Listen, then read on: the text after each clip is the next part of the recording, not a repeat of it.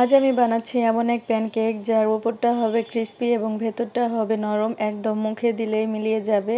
আর তার গোপন উপাদান হচ্ছে আমাদের রাতের বেঁচে যাওয়া বাসি ভাত। আমরা বাঙালিরা কোনো কিছু কিন্তু ফেলে দিতে রাজি না, কিন্তু এই বাসি ভাত নতুন করে তো আর খাওয়াও যায় না। তাই ভাবলাম যদি একদম নতুন কিছু বানিয়ে চমকে দেওয়া যায়। আজকের রেসিপিটি শুধুমাত্র অপচয় রোধই করবে না, এর স্বাদও মারাত্মক। এটা হবে নরম তুলতুলে এবং খুবই সুস্বাদু। এটা বানানোর জন্য আমি প্রথমে বাসি ভাত নিয়েছি। তো ভাত যদি আপনাদের ফ্রিজে থাকে অবশ্যই কিন্তু 1 ঘন্টা আগে বের করে নেবেন। আর এই তো আমি ভাতটাকে এখন ব্লেন্ডারের মধ্যে দিয়ে দিলাম। আর আমার লাগবে একটা ডিম। আর ডিমটাকেও কিন্তু ফ্রিজ থেকে আধা ঘন্টা আগে বের করে নেবেন। তো এখন আমি এর মধ্যে একটা ডিম ব্যবহার করছি। আর আমি এখন এর মধ্যে দিব 1 চামচ ময়দা আর দিব 1 চামচ কর্নফ্লাওয়ার।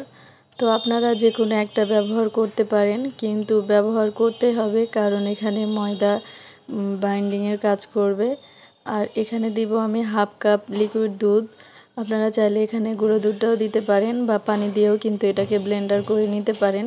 তো এতে দেখুন আমি মিশ্রণটাকে কিন্তু ভালো করে ব্লেন্ড করে নিয়েছি, একদম মসৃণ করে। আর এখন আমি এটা বাটিতে ঢেলে নিচ্ছি। ভিডিওর এই পর্যন্ত যারা আমার সাথে আছেন কিন্তু ভিডিওতে একটা লাইক দেননি, প্লিজ দয়া করে একটা লাইক দিয়ে দিবেন। আর যদি আমার চ্যানেলে নতুন হয়ে থাকেন তাহলে চ্যানেলটিকে সাবস্ক্রাইব করে আমার পাশে থেকে যেতে পারেন। তো এই তো আমি কিন্তু সবগুলোকে ভালো করে নামিয়ে নিয়েছি। আর এখন আমি এর মধ্যে কিছু ভেজিটেবল অ্যাড করব। তো আমি এখানে নিয়েছি গাজর কুচি নিয়েছি। আর গাজরটাকে আমি একদমই ছোট ছোট কুচি করে কেটে নিয়েছি। আর আমি এখানে নিয়েছি বরবটি কুচি, একদমই সামান্য নিয়েছি, খুব একটা বেশি নিইনি। আর নিয়েছি পেঁয়াজ কুচি, নিয়েছি কাঁচামরিচ আর ধনিয়া পাতা। তো সবগুলোকে আমি এর মধ্যে দিয়ে দিব। আপনারা চাইলে এখানে ক্যাপসিকামটাও ব্যবহার করতে পারেন।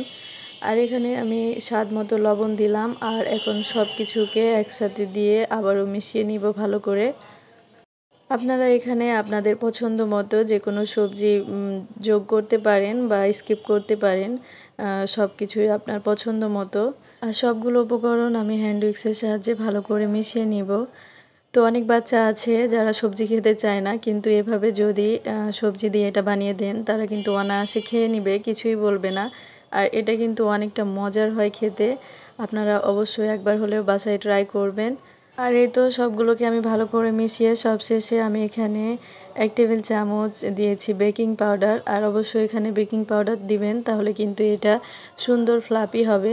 তো এই তো বেকিং পাউডারটা দিয়ে কিন্তু আমি এটা ভালো করে মিশিয়ে নিচ্ছি। আর এখন দিয়ে দিলাম ভ্যানিলা এসেন্স। আপনারা চাইলে এখানে লেবুর রসটাও ব্যবহার করতে পারেন বা না চাইলে সেটাও স্কিপ করতে পারেন। তবে যেহেতু আমি এখানে ডিম ব্যবহার করেছি, দিলে কিন্তু স্বাদটা বেশ ভালোই লাগে।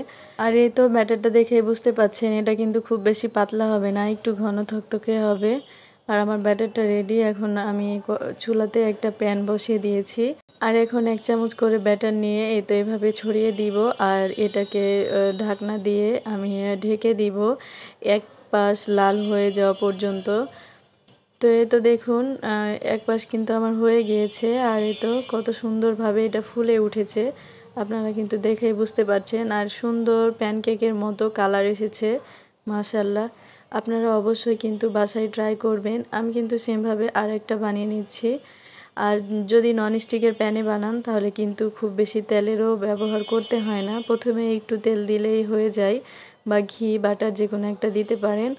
আর পরে কিন্তু আর তেল লাগে না। তো এই তো আমি সেমভাবে আরেকটা বসিয়েছি। এখন দেখুন এটাও 1 পিঠ হয়ে গিয়েছে, এখন আমি এটাকে উল্টে দিচ্ছি। আর দেখেই কিন্তু বুঝতে পাচ্ছেন যে এটা কতটা মানে নরম তুলতুলে হয়েছে। আর এগুলো কিন্তু ভাজতে খুব বেশি সময় লাগে না, 2 থেকে 3 মিনিটের মধ্যেই কিন্তু এগুলো ভাজা হয়ে যায়। চাইলে কিন্তু আপনারা খুব সহজে সকালের নাস্তায় বা দুপুরের জন্যও কিন্তু এটা বানাতে পারেন। আর এই তো দেখুন আমার এটাও কিন্তু হয়ে গিয়েছে। আর কত সুন্দরভাবে হয়েছে দেখুন একবার। তো আমি এভাবেই কিন্তু সবগুলো প্যানকেক বানিয়ে নিয়েছি। আর এই তো প্যানকেকের আমার ফাইনাল লুক। এটাই হচ্ছে আমাদের বাসি ভাতের ঝাল প্যানকেক। আপনারা একবার ট্রাই করে দেখুন, বিশ্বাস করুন সবাই অবাক হয়ে যাবে যে এটা বাসি ভাত দিয়ে বানানো হয়েছে।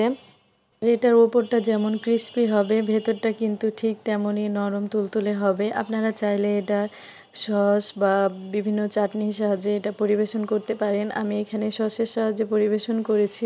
আজকে এ পর্যন্তই। সবাই ভালো থাকবেন, সুস্থ থাকবেন। আজকের রেসিপিটি আপনাদের কাছে কেমন লেগেছে অবশ্যই কিন্তু কমেন্টে জানাবেন।